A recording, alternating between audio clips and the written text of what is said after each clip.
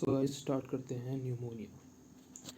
Pneumonia basically एक acute respiratory illness है which is associated with recently developed radiological pulmonary shadowing which may be segmental, lobar और मल्टीलोबार। ये एक acute respiratory illness होती है जिसके अंदर हम जब चेस्ट एक्सरे या सीटी स्कैन वगैरह देखते हैं तो उसके अंदर हमें शैडोज़ देखने को मिलती हैं जो कि सेगमेंटल भी हो सकती है, लोबार भी हो सकती है एंड मल्टी लोबार भी हो सकती है। अगर उसके अंदर लोबार इन्वॉल्वमेंट है तो उस वहाँ पर हम कहेंगे कि होमोजीनियस कंसोलिडेशन होगा एक या एक से ज़्यादा लंग लोब का, या फिर वहाँ पर प्लूरल इन्फ्लेमेशन भी हमें देखने को मिल सकता है। Next is bronchopneumonia. It's a patchy alveolar consolidation which is associated with bronchial और bronchiolar inflammation and it usually affect both lungs.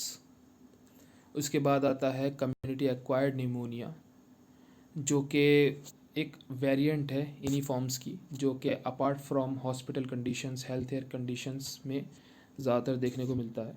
उसके अलावा हॉस्पिटल एक्वायर्ड निमोनिया भी इसी का ही पार्ट है। थोड़ा सा कंट्रास्टिंग फीचर ये है कि वो हॉस्पिटल्स में या फिर हेल्थ केयर सर्विसेज के अंदर एक्वायर्ड किया जाता है।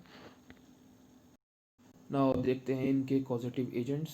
तो यूजुअली यहाँ पर जो एजेंट्स इन्वॉल्व होते हैं वो बैक्टीरिया और वायरसेस दोनों की इन्वॉल्वमेंट होती है। अपार्ट फ्रॉम दैट एक बहुत माइन्यूट क्वांटिटी में या एक फ्रैक्शन, बहुत ही कम फ्रैक्शन फंजाई का भी होता है। तो लेट्स से बैक्टीरिया के अंदर स्ट्रेप्टोकोकस न्यूमोनिया है, स्टेफिलोकोकस ऑरियस, माइकोप्लाज्मा न्यूमोनिया है, उसके अलावा chlamydia, haemophilus influenzae, chlamydia psittaci, klebsiella. Then बात करते हैं वायरसेस की। तो वायरसेस के अंदर influenza virus, parainfluenza virus, herpes simplex, varicella, corona virus, adeno virus and cytomegalo viruses involve होते हैं। नाउ क्लिनिकल फीचर्स इसके बहुत प्रोमिनेंट होते हैं। यहाँ पर फीवर होता है, राइगर्स होते हैं, पर्सन को शिवरिंग फील होती है, डिलीरियम होता है विच शोज़ के यहाँ पर मेंटल इन्वॉल्वमेंट भी कितना है। उसके अलावा मलेज आ सकता है, लॉस ऑफ एपेटाइट, भूख नहीं लगेगी, या फिर हेडेक भी हो सकता है। पल्मोनरी सिम्टम्स के अंदर यूजुअली जो मोस्ट प्रोमिनेंट फीचर हमें देखने को मिलता है that is cough which is short, painful, dry initially, but उसके बाद वो म्यूकोप्यूरुलेंट हो जाता है। उसके अलावा रस्ट कलर्ड स्प्यूटम भी देखने को मिलता है जिनके अंदर particularly Streptococcus pneumonia involvement show करता है। उसके अलावा हेमोप्टाइसिस भी देखने को मिलता है which is the blood in your sputum. Pleuritic chest pain होता है जो कि शोल्डर्स पे रेफर कर सकता है ओकेजनली। उसके अलावा अपर एब्डोमिनल पेन और टेंडरनेस फील होती है which is associated with lower lobes of pneumonia as it is connected. उसके अलावा माइकोप्लाज्मा न्यूमोनिया है जो कि यंग्स के अंदर ज़्यादा देखने को मिलता है as compared to the elder people. वही haemophilus influenzae pneumonia, it is associated with its affection with the elders as compared to the young once.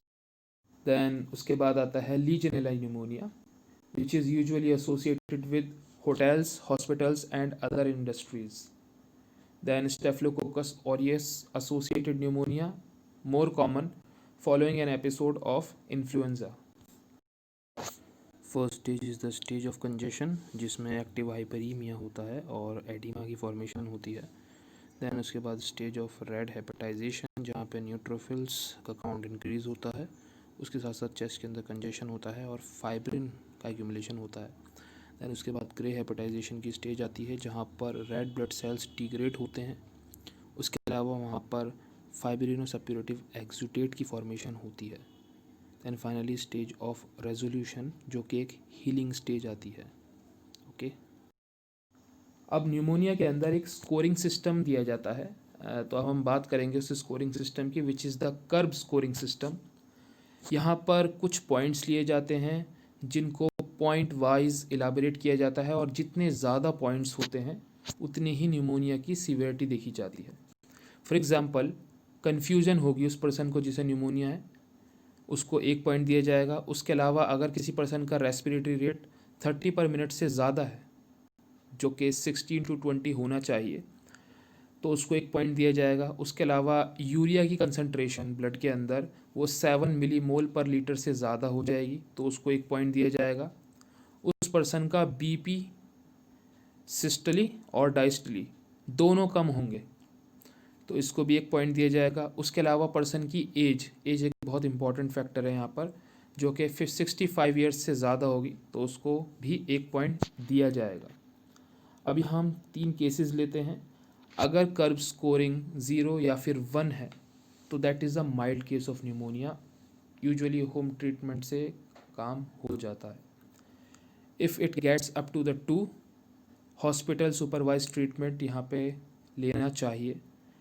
If it gets up to 3 और more than 3 then it's a very severe form, यहाँ पर immediate treatment start करना ज़रूरी हो जाता है, otherwise it is a lethal condition.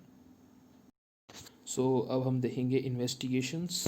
So investigations में सबसे पहले जो यूजुअल टेस्टिंग होती है that is the CBC which is complete blood count.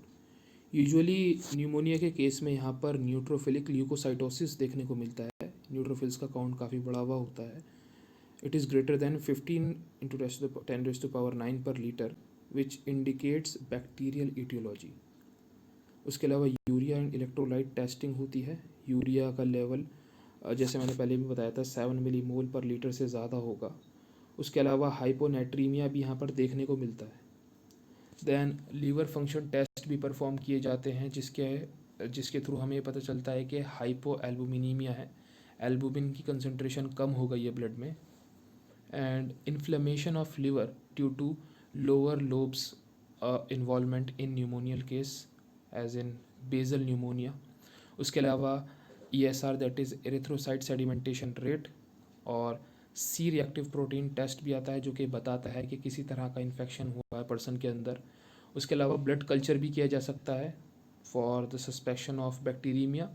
Arterial blood gas test किया जाता है जहाँ पर सैचुरेशन ऑक्सीजन का 93% से कम आता है, again indicates some sort of pulmonary pathologies there. उसके अलावा कोल्ड एग्लूटिनेंस टेस्ट किया जाता है। इसके अंदर कुछ इन्फेक्शन के अगेंस्ट में कुछ एंटीबॉडीज़ बनती हैं जिनको कोल्ड एग्लूटिनेंस बोलते हैं, जो कि रेड ब्लड सेल्स को क्लैम्प करवा देती हैं लोअर टेम्परेचर पे।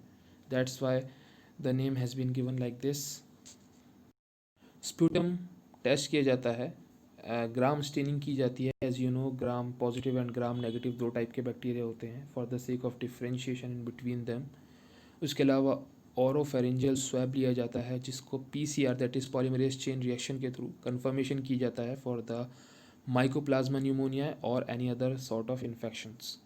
उसके अलावा यूरिन एनालिसिस कर सकते हैं फॉर न्यूमोकोकल्स और लीजनेला एंटीजेंस। चेस्ट एक्सरे किया जाता है जिसके अंदर भी प्रोमिनेंट फाइंडिंग्स आपको मिल सकती हैं। तो केस स्टडी करते हैं लाइक लोबार न्यूमोनिया के अंदर पैची ऑफ पैसिफिकेशन आपको देखने को मिलता है जो कि इवॉल्व हो जाता है into homogeneous consolidation of that particular lobe which is involve in pneumonia. Then broncho pneumonia typically patchy और सेगमेंटेड होता है जो यहाँ पे शेडो की फॉर्म में हमें देखने को मिलता है। उसके अलावा प्लूरल फ्लूइड का एक्यूमुलेशन भी हमें देखने को मिलता है।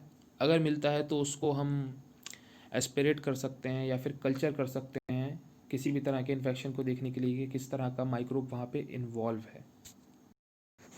इस चेस्ट एक्सरे में आप देख सकते हैं lobar involvement of right lung. So ये प्रोमिनेंट फीचर है लोबार न्यूमोनिया के अंदर। In this X-ray you can see overall the diffusible pattern of the pneumonia. आप देख सकते हैं ओवरऑल पूरा का पूरा लंग इन्वॉल्वमेंट है यहाँ पर। अलग अलग ब्रोंकियल्स ब्रोंका इन्वॉल्वमेंट हो सकती हैं। अब देखते हैं न्यूमोनिया की कॉम्प्लिकेशंस। तो पैरान्यूमोनिक एफ्यूजन हो सकता है which is most common type. उसके अलावा एम्पाइमा भी हो सकता है। स्प्यूटम की रिटेंशन की वजह से लोबार कोलैप्स भी हमें देखने को मिल सकता है। एक्यूट रेस्पिरेटरी डिस्ट्रेस सिंड्रोम भी हो सकता है। Then pneumothorax is common, lung abscess is common in this case. उसके अलावा हार्ट का इन्वॉल्वमेंट अगर है तो वहाँ पर पेरिकार्डाइटिस भी हो सकता है, एरिथमियास भी हो सकता है, पायरिक्सिया होगा। उसके अलावा मेनिंजाइटिस, हेपाटाइटिस, जैसे मैंने बताया था पहले कि अगर लोअर लोब्स का इन्वॉल्वमेंट है तो वहाँ पर हेपेटिक इन्वॉल्वमेंट हो सकता है। सो अब हम बात करते हैं मैनेजमेंट की। तो सबसे पहले ऑक्सीजन थेरेपी बहुत इसेंशियल है। यहाँ पर फॉरेन एडमिनिस्ट्रेशन स्टार्ट कर दिया जाता है उन लोगों के अंदर जिनको टैकिपनिया हो रहा है या फिर बॉडी के अंदर एसिडोसिस हो गया है, हाइपोक्सीमिया, ब्लड के अंदर ऑक्सीजन की कंसंट्रेशन काफ़ी कम हो जाती है, हाइपोटेंशन हो जाता है। और एम क्या रखना है आपको कि आपको जो पार्शियल प्रेशर ऑफ ऑक्सीजन है वो 60 mmHg से ज़्यादा रखना है, या फिर अगर हम बात करें SaO2 that is the soluble form, उसको 92% से ज़्यादा रखना है ब्लड में। उसके अलावा फ्लूइड बैलेंस को मेंटेन करने के लिए कंटिन्यूसली IV एडमिनिस्ट्रेशन करना चाहिए। बॉडी को हाइड्रेट रखना बहुत ज़्यादा ज़रूरी है इस केस के अंदर। आइए अब इसका ट्रीटमेंट देखते हैं वाया एंटीबायोटिक्स। तो सबसे पहले अनकॉम्प्लिकेटेड कम्युनिटी एक्वायर्ड निमोनिया के अंदर जो फर्स्ट लाइन ऑफ ट्रीटमेंट होता है वो अमोक्सिसिलिन होता है, which is 500 mg 3 times daily, that is TID। अगर पेशेंट एलर्जिक है टू पेनिसिलिन तो यहाँ पर हम क्लेरिथ्रोमाइसिन दे सकते हैं 500 mg 2 times a day, या फिर एरिथ्रोमाइसिन दी जा सकती है 500 mg 4 times a day, that is QID। उसके अलावा स्टेफिलोकोकाई अगर सस्पेक्टेड है कल्चर के अंदर तो फ्लूकोक्सासिलिन दिया जाएगा 1 to 2 grams QID but IV, plus clarithromycin 500 mg दी जाएगी दिन में 2 बार, अगेन IV। अगर माइकोप्लाज्मा या फिर लीजनेला सस्पेक्टेड है तो वहाँ पर हम क्लेरिथ्रोमाइसिन देंगे 500 mg दिन में 2 बार, ओरली भी दे सकते हैं, IV रूट से भी दे सकते हैं, या फिर एरिथ्रोमाइसिन देंगे 500 mg IV भी, अगेन ओरली भी दे सकते हैं। अगर सीवियर केसेस है तो यहाँ पर हम रिफैम्पिसिन का एडिशन करेंगे 600 mg 2 बार, IV दिया जाएगा। Mind it in severe cases. अगर सीवियर कम्युनिटी एक्वायर्ड निमोनिया है या फिर सीवियर न्यूमोनल केसेस आपके पास आते हैं तो तब आपको क्लेरिथ्रोमाइसिन 500 mg दिन में 2 बार IV, या उसके अलावा एरिथ्रोमाइसिन 500 mg दिन में 4 बार IV। उसके साथ ऐड करना है आपको Amoxiclav which is a mixture of amoxicillin plus clavulanic acid, 1.2 gram इसकी डोजेज है, which is 3 times daily IV। और सेफ्ट्राइक्सन विच इज़ अ सिफेलोस्पोरिन, यहाँ पर 1 to 2 ग्राम डेली IV, या फिर सेफिरोक्सिम 1.5 ग्राम 3 times IV डेली। उसके अलावा amoxicillin 1 gram 4 times a day IV दिया जा सकता है, plus फ्लूकोक्सासिलिन 2 gram 4 times IV। So that was it. It was all about pneumonia. Thanks very much. अब देखते हैं differential diagnosis. It includes the pulmonary infarction, pulmonary TB, pulmonary oedema which is usually unilateral, pulmonary eosinophilia, then malignancy, and bronchiolitis obliterans. So these are some of the differential diagnoses of pneumonia.